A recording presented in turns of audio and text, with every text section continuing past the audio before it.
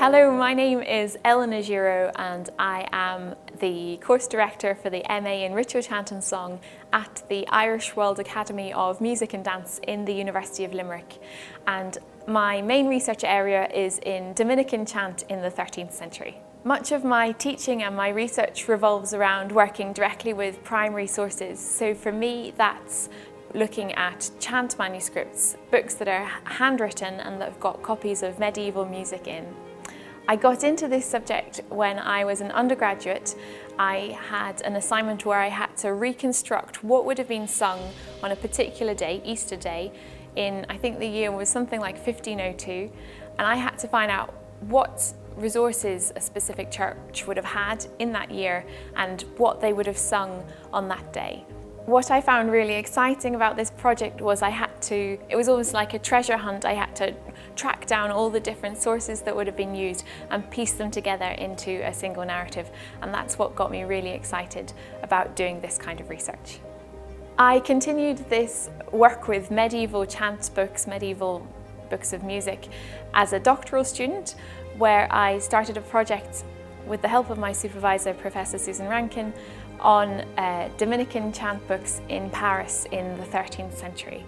I was particularly interested in how Dominican chant books were made, who was involved in copying them, and how in particular did the text scribes and the music scribes work together. I'm now working on Dominican chant books in the 13th century more generally, not just focusing on Paris, and I'm trying to work out what is Dominican chant, where did they draw their sources from, and how did they change chant? How did they change what they were taking in order to make it their own? Doing this kind of research is increasingly accessible today because several libraries across the world are digitizing their manuscripts and putting it online. So it's possible for me as a researcher here at the University of Limerick to be sitting at my desk and looking at manuscripts from Paris, from the United States, from London, all from the comfort of my own desk. I also get to travel across the world to see manuscripts in person. So for example, in the autumn I went to study a couple of manuscripts that are based in New York. One of them was in the University of Columbia, and it's a very small, probably about this size, book of chant that would have been sung in the Mass. I had already seen a copy of this manuscript in a PDF, but this was the first time I got to see it in person. And when I saw it, I realized quite how small it was. When you look at something on the screen, you can't really gauge how big or how small it is. And this book is in fact the smallest book of chant of its kind in the Dominican order in the 13th century, and that's something I only really realised when I went to see the manuscript in person. It's unclear to me at the moment why this book would have been quite so small. Certainly there was no need for it to be as petite as it was for use within the liturgy. Normally you would want something that was big enough to read from, but this book is so small that it seems like it was portable, but the person who would have needed to use this book didn't necessarily, as far as we know at the moment, need that book to be portable. So this is a research question for me that's ongoing at the moment. One of the other things that I spotted when I saw the manuscript was that there are small crosses in the margins. I'd seen these on the PDF as well, but in person I could see that they coincided with places where corrections had been made to the manuscript. In the Dominican order, there is a rule that any book before it is used must be corrected against an authoritative version of the same chant book. And sometimes I wonder whether they really did go through this correction process.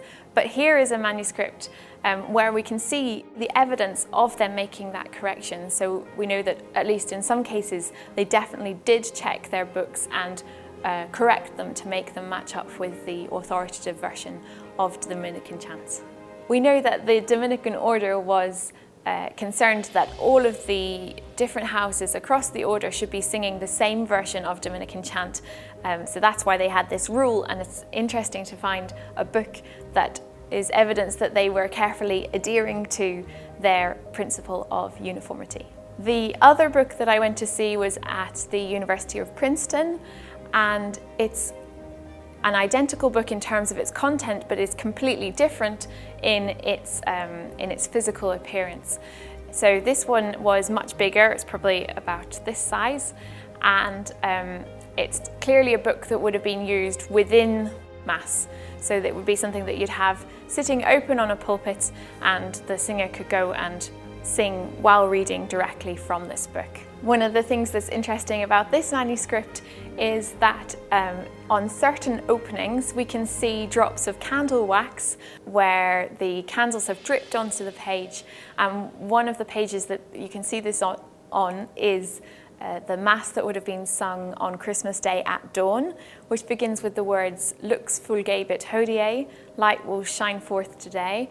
I think studying manuscripts directly gives us a better idea of how they were used, who was using them, and also how they were made. And so that helps us put in context the chant that's within them and understand the bigger picture within which this chant falls.